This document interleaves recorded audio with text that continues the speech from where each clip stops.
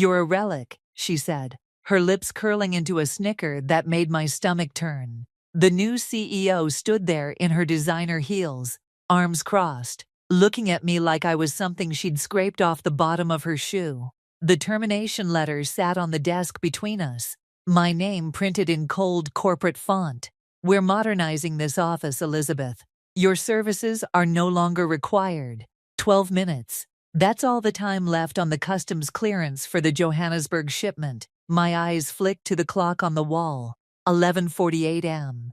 The document would expire at noon, and with it, $200 million worth of specialized medical equipment would be seized by customs officials halfway across the world.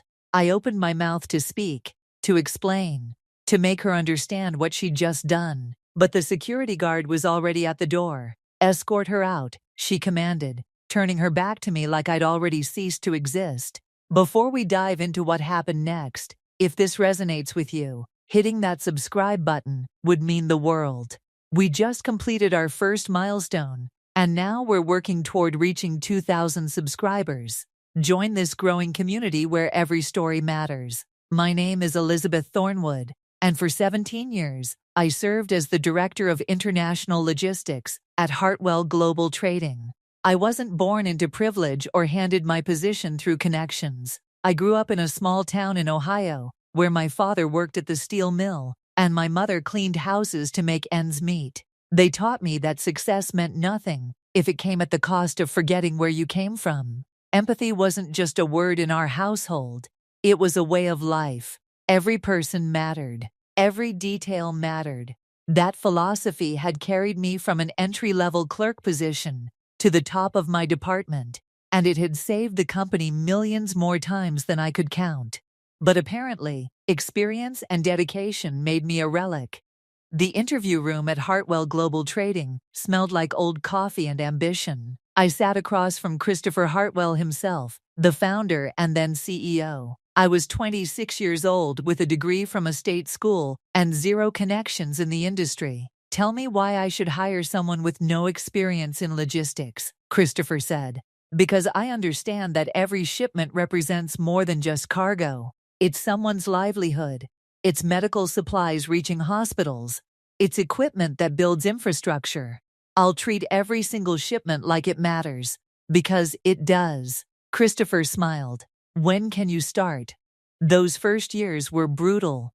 I worked 70-hour weeks, learning every regulation, every customs code, every time zone difference and cultural nuance that could make or break an international shipment.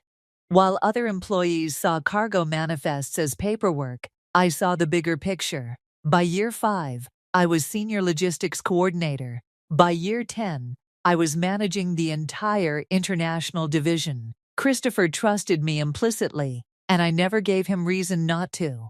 That dedication meant knowing every detail, every timeline, every potential problem before it became a crisis. It meant building relationships with customs officials across 6 continents. It meant understanding that a delay in paperwork in Rotterdam could cascade into a humanitarian crisis in Nairobi. Christopher Hartwell announced his retirement on a gray Tuesday morning in March. At 73, he'd earned his rest. What surprised us was his choice of successor. Erika Blackwood wasn't promoted from within. She was brought in from outside, a corporate efficiency expert with an MBA from Harvard and a reputation for streamlining operations. Her first day, she walked through the offices with a consultant team trailing behind her, carrying tablets and making notes. "We'll be implementing some changes," Erika announced at the all-hands meeting. "Hartwell Global Trading has operated on outdated models for too long. It's time we embraced the future." The future, apparently, meant automation. It meant replacing experienced personnel with algorithms. It meant cutting costs wherever possible. Consequences be damned. "These new software systems will handle customs documentation," she explained during a department meeting. "We'll reduce redundancy and streamline our processes." I raised my hand. With respect, customs regulations vary significantly by country and change frequently. Software can't account for the nuance required. Are you suggesting that our multi-million-dollar system is inferior to manual processes? Erica interrupted, her tone sharp. I'm suggesting that international logistics requires human judgment and relationships that software can't replicate. Her smile didn't reach her eyes. Perhaps that's the kind of outdated thinking we need to move past. The room fell silent. I should have recognized it then. The warning sign. But I'd spent 17 years believing that competence and dedication mattered. I was wrong. Over the following months, Erica systematically dismantled everything Christopher had built. She cut staff, eliminated redundant positions, and pushed her automation agenda despite mounting problems. Shipments started experiencing delays.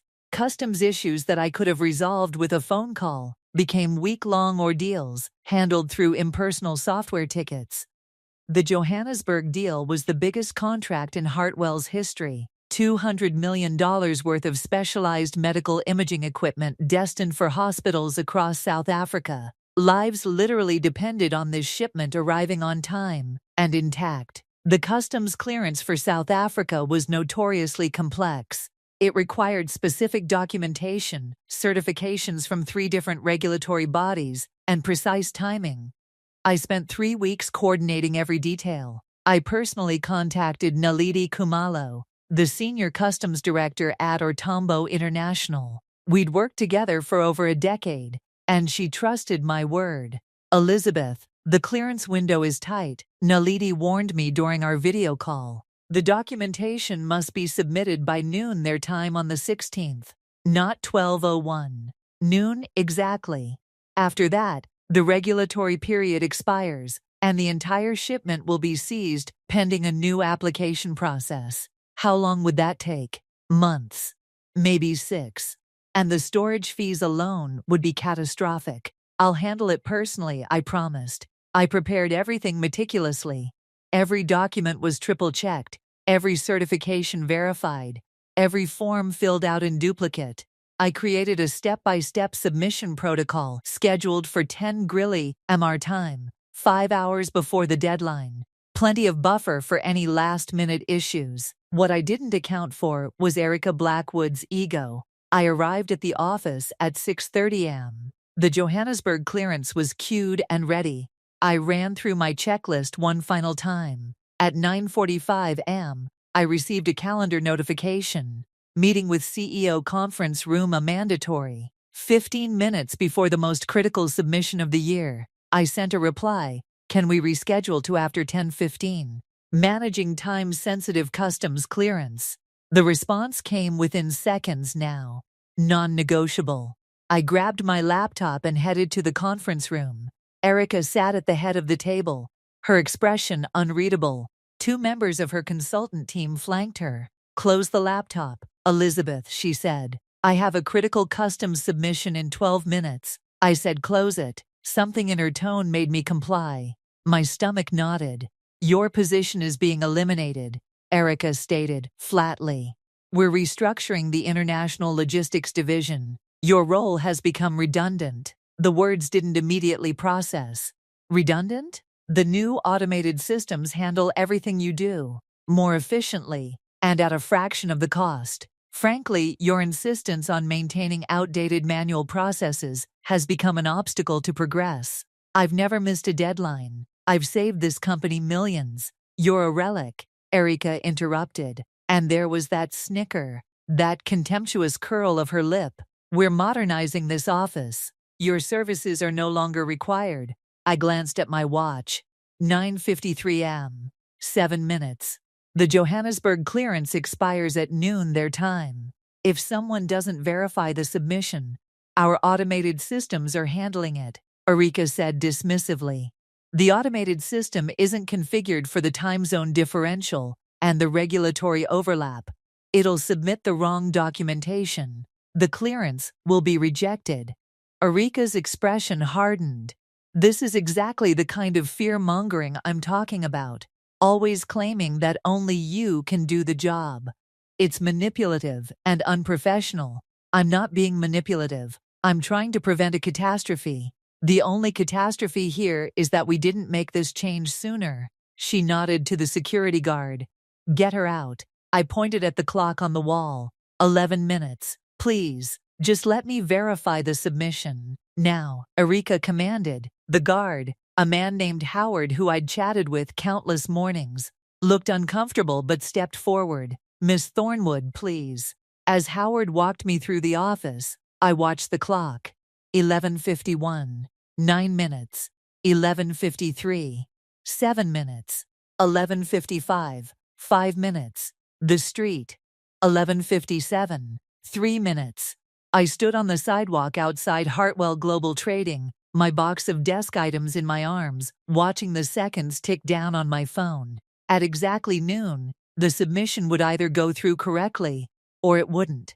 Noon arrived. I waited, staring at my phone. The phone didn't ring. The news broke on Thursday morning. Hartwell Global Trading faces crisis as $200 M shipment seized by South African customs.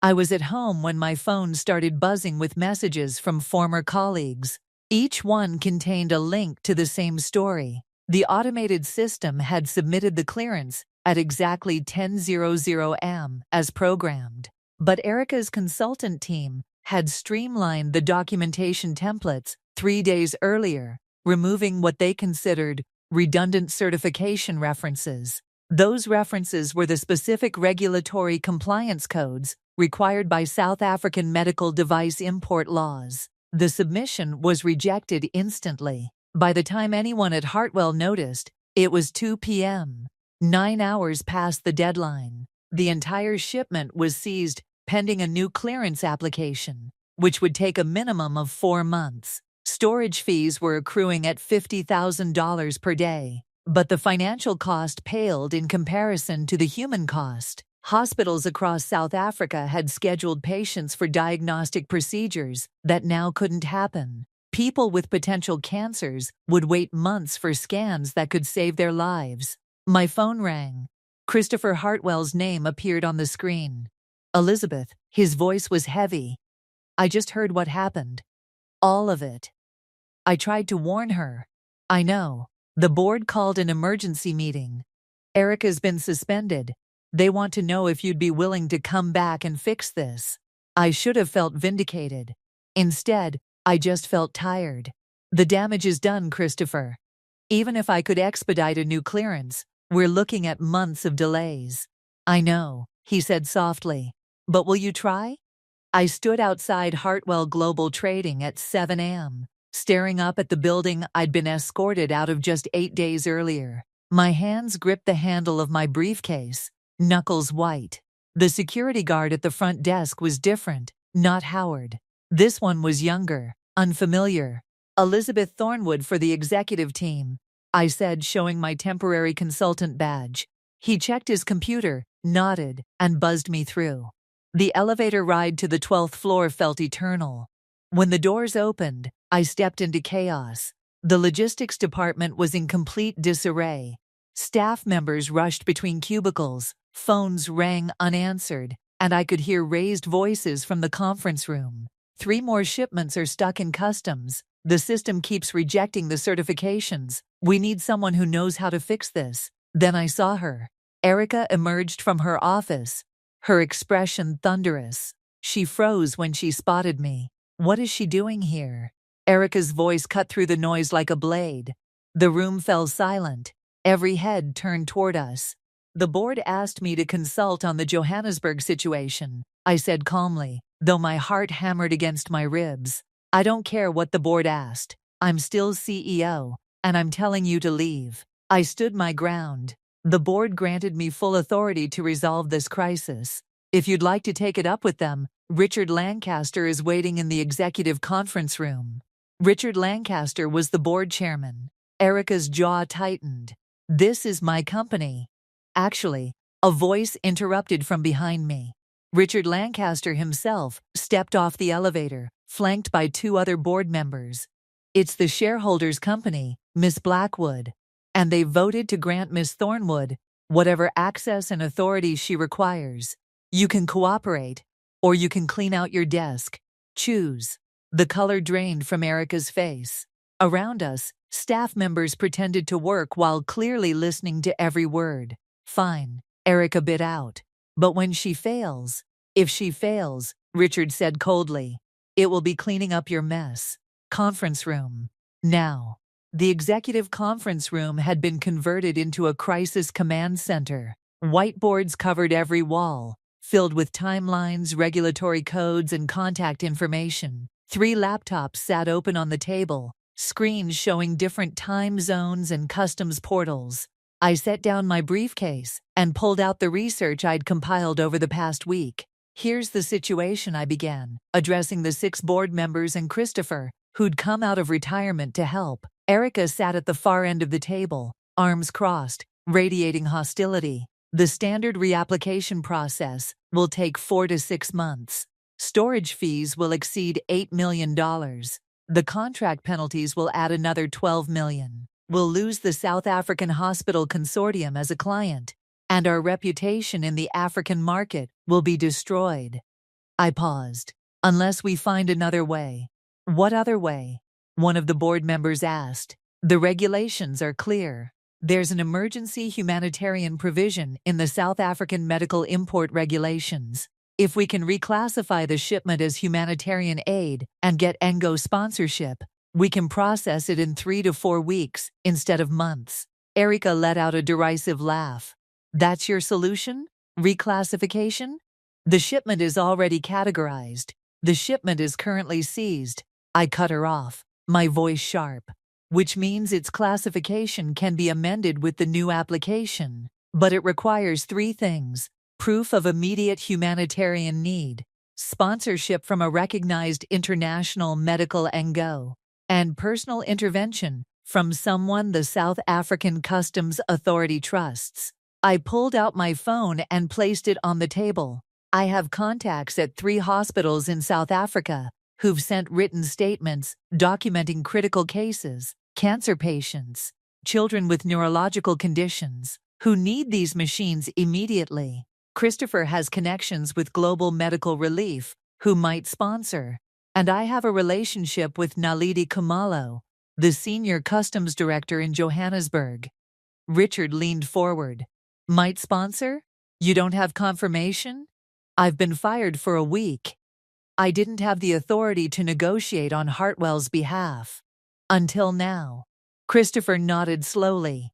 I'll call Global Medical Relief today. If anyone can get them on board, it's me. And Naledi? Richard asked. Will she even take your call after this disaster? I met his gaze steadily. There's only one way to find out. I stepped into Christopher's old office, the one Erica now occupied, and closed the door. She'd started to protest, but Richard had silenced her with a look. The video call connected after 3 rings. Naledi's face appeared on screen, and I saw the exact moment she recognized me. Her expression shifted from professional courtesy to genuine concern. Elizabeth, I heard what happened at Hartwell. I'm so sorry. The clearance failure. Naledi, I need your help, I said, cutting through the pleasantries. I'm back at Hartwell on emergency consultation.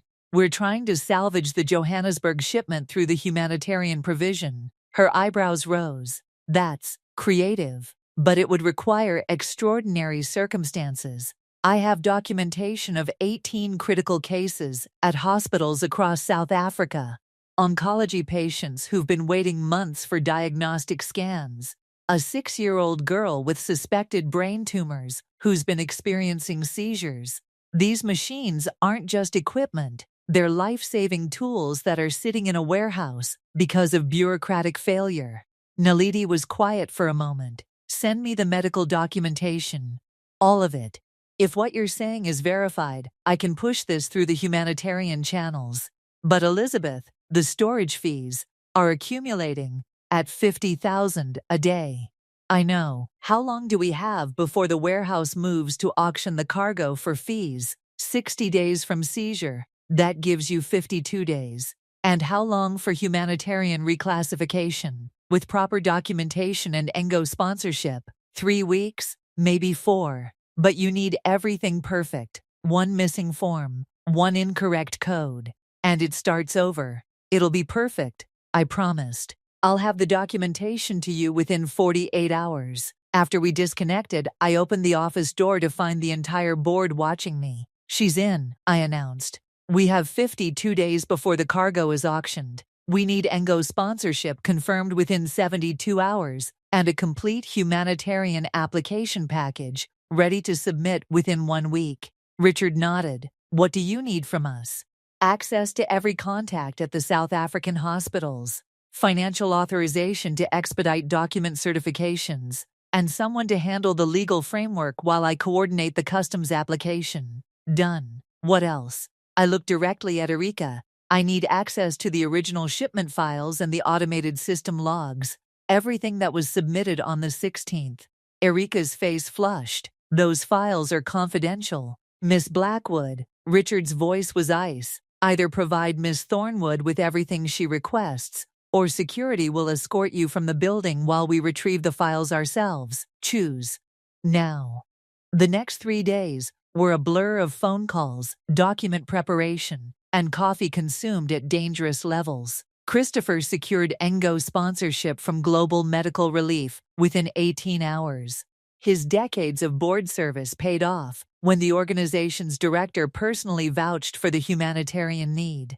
I worked with my former team, the staff members who'd survived Erica's purge, to compile medical documentation from every hospital expecting equipment.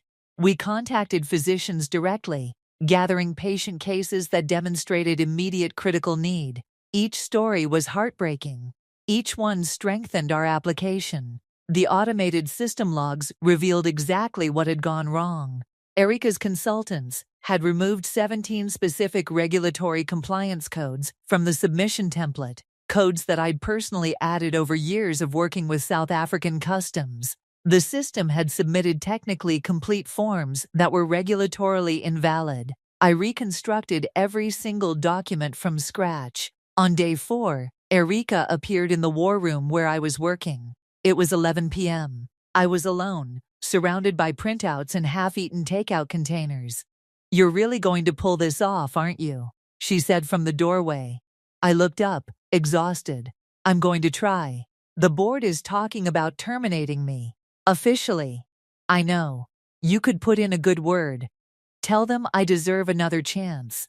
I set down my pen. "Do you think you deserve another chance?" She was quiet for a long moment. I think I was so focused on proving I could transform this company that I forgot to learn what made it worth transforming in the first place. "I thought your experience was obsolete." I was wrong. "Yes, you were. So you're not going to help me?" "I'm going to tell the board the truth, that you made catastrophic decisions based on arrogance and inexperience, and that those decisions nearly destroyed this company. What they do with that information is up to them." Erika nodded slowly. "Fair enough." She turned to leave, then paused. "For what it's worth, watching you work these past few days, I understand now what I threw away. Not just your expertise, but your dedication. The way you care about every detail, because you know it matters. That can't be automated." After she left, I returned to the documents. Apologies were easy. Results were what mattered. The humanitarian aid application was submitted at 3 a.m. Eastern Time, 10 a.m. in Johannesburg. I'd timed it precisely to ensure Naledi would be at her desk when it arrived. Every document was perfect. Every certification was authenticated. Every regulatory code was correct. I'd triple-checked everything myself, refusing to trust the automated systems. The board had gathered in the conference room despite the early hour. Christopher sat beside me, coffee in hand. Richard and 3 other board members stood near the screens. Even Erika was there, hovering near the back of the room. My phone rang. Naledi's name appeared on the screen. I put it on speaker. "Elizabeth, I have your application in front of me. And? It's flawless. Completely flawless. The medical documentation is compelling. The Engo sponsorship is properly structured, and every regulatory requirement is met." She paused.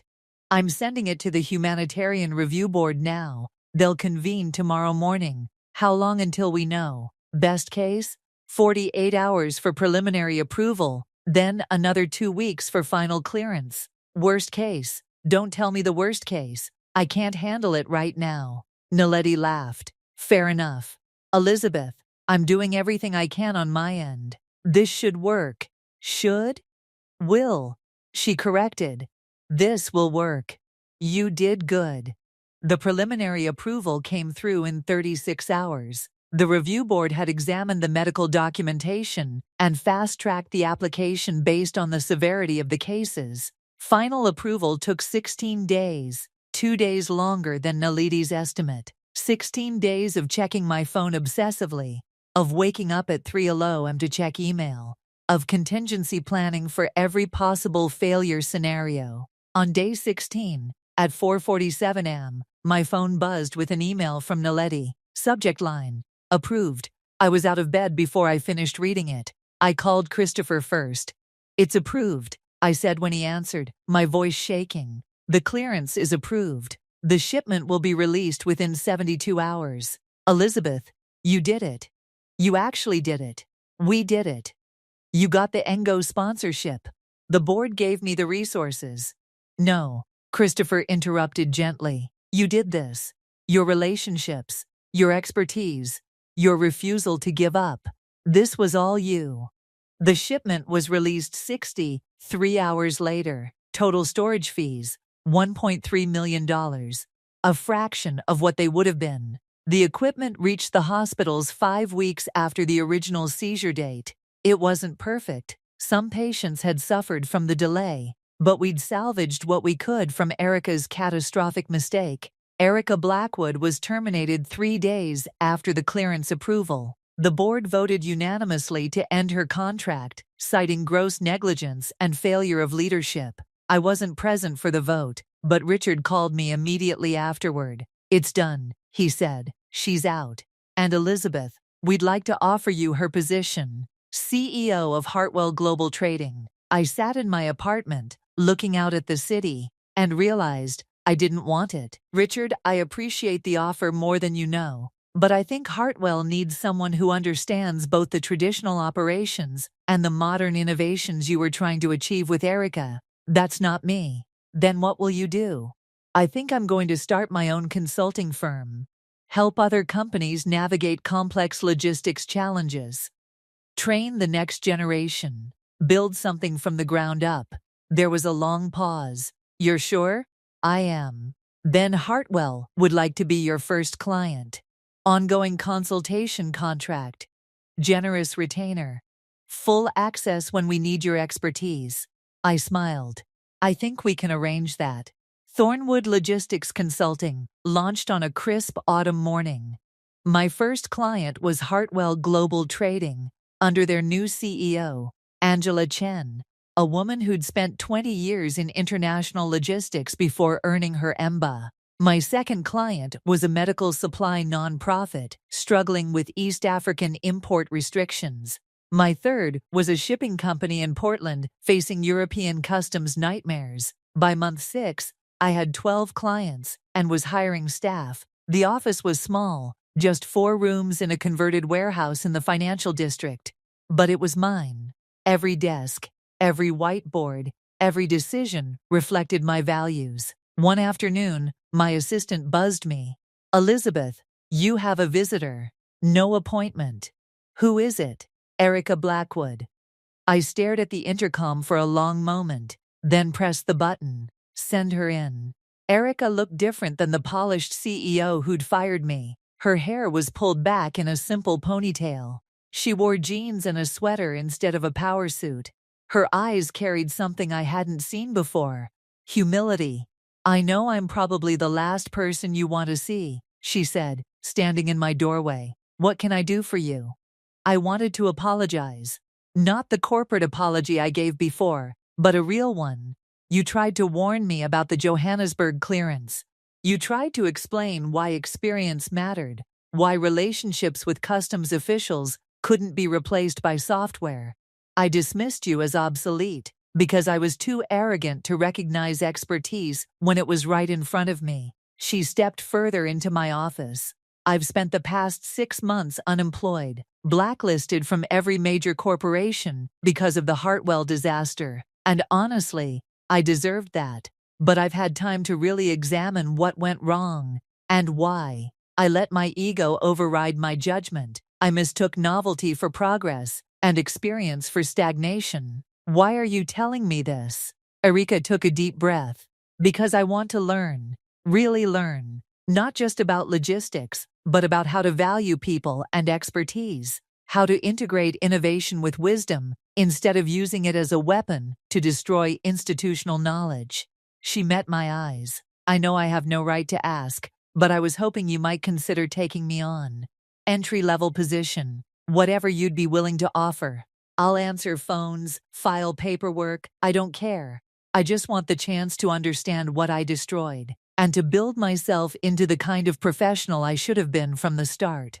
I studied her for a long moment. This was the woman who'd called me a relic, who'd fired me to prove a point, whose arrogance had nearly destroyed a company and delayed critical medical care to people who desperately needed it. But I also remembered being 26 years old, sitting across from Christopher Hartwell, asking him to take a chance on someone with no experience and everything to prove. Operations coordinator, I said finally, entry level. You'll work directly under my senior staff, learning every aspect of the business from the ground up. You'll handle the jobs no one else wants. Data entry, filing, basic research. And if you show me that you've truly learned from your mistakes, we'll talk about advancement. Erika's eyes widened. You're serious? I'm serious. But understand this. I'm not doing this for you. I'm doing this because everyone deserves a second chance to prove they can learn and grow. Whether you earn that chance is entirely up to you. When do I start? Monday, 7 a.m. Don't be late. Erika Blackwood has been working at Thornwood Logistics for 18 months now. She started in data entry, gradually earning her way up to operations coordinator. She asks questions instead of assuming she knows the answers. She listens to experienced staff instead of dismissing their concerns.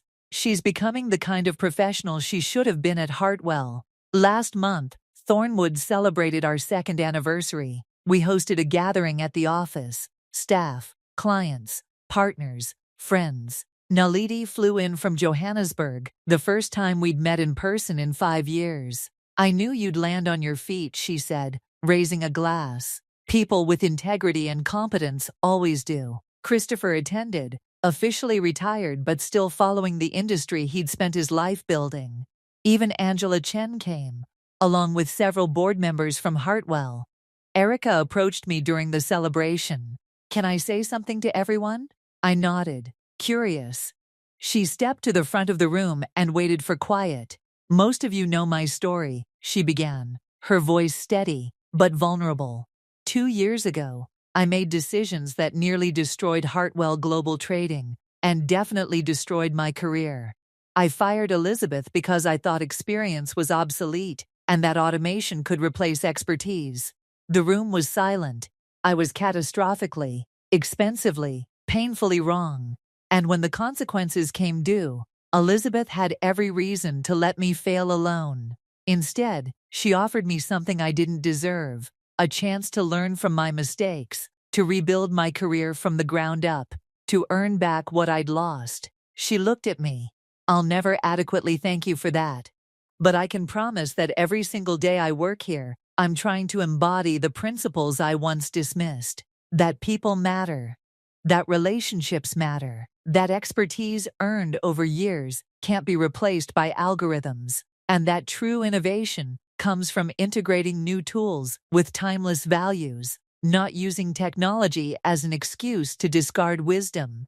Christopher started clapping. The room joined in. After everyone left, I sat in my office looking at the framed letter on my wall, a note from a hospital director in rural South Africa. A 9-year-old girl named Thandi had been experiencing severe headaches and vision problems. The memory machine from our salvaged Johannesburg shipment had revealed a tumor, operable if caught early. They'd performed the surgery. Thandi was recovering well, expected to make a full recovery. That letter reminded me why the details mattered, why cutting corners had real consequences, why treating every shipment as critical was the only acceptable standard. 3 weeks ago, a young woman named Ashley Kim interviewed for an entry-level position. She was 24, fresh out of college with no real-world experience. "Why do you want to work here?" I asked. "Because I read about the Johannesburg shipment, about how you were fired for being a relic, then proved that experience and relationships matter more than any automated system. I want to learn from someone who understands that business is ultimately about serving people, not just optimizing processes." I hired her. She started last week, working alongside Erica, learning the same lessons from the ground up. That's what endures, not companies or titles, but principles passed from one generation to the next. The understanding that competence matters, that relationships built on trust create value that can't be quantified, that innovation should serve human needs, not replace human judgment. Thornwood Logistics continues to grow.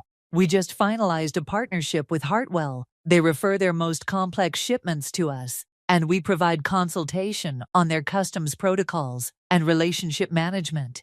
It's the kind of collaboration that creates value for everyone.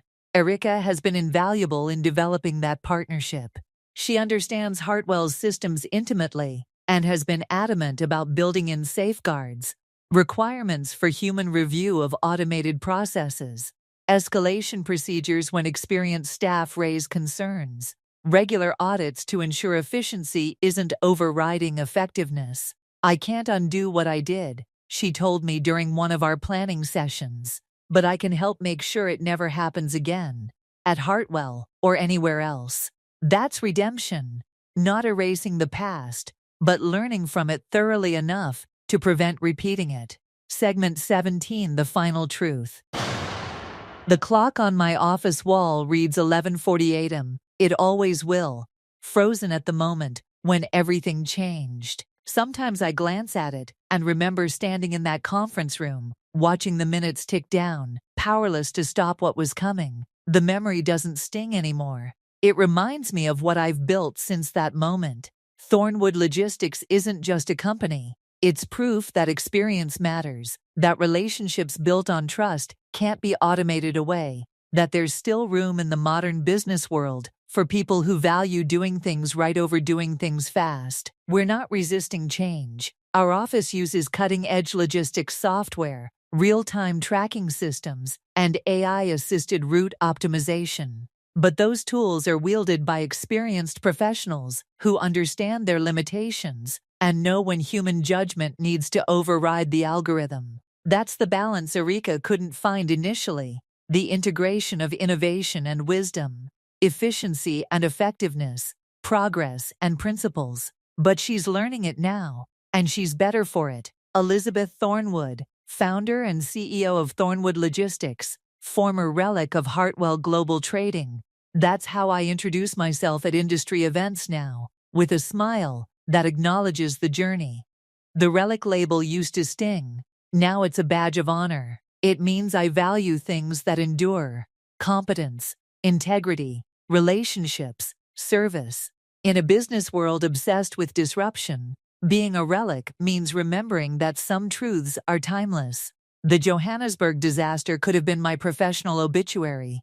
Instead, it became my origin story, the moment when everything was stripped away, forcing me to prove my value from zero. I proved it, not just to Erica or Christopher or the board, but to myself. I discovered that my competence existed independently of any corporate structure, that my expertise was portable, that the relationships I'd built over 17 years were mine.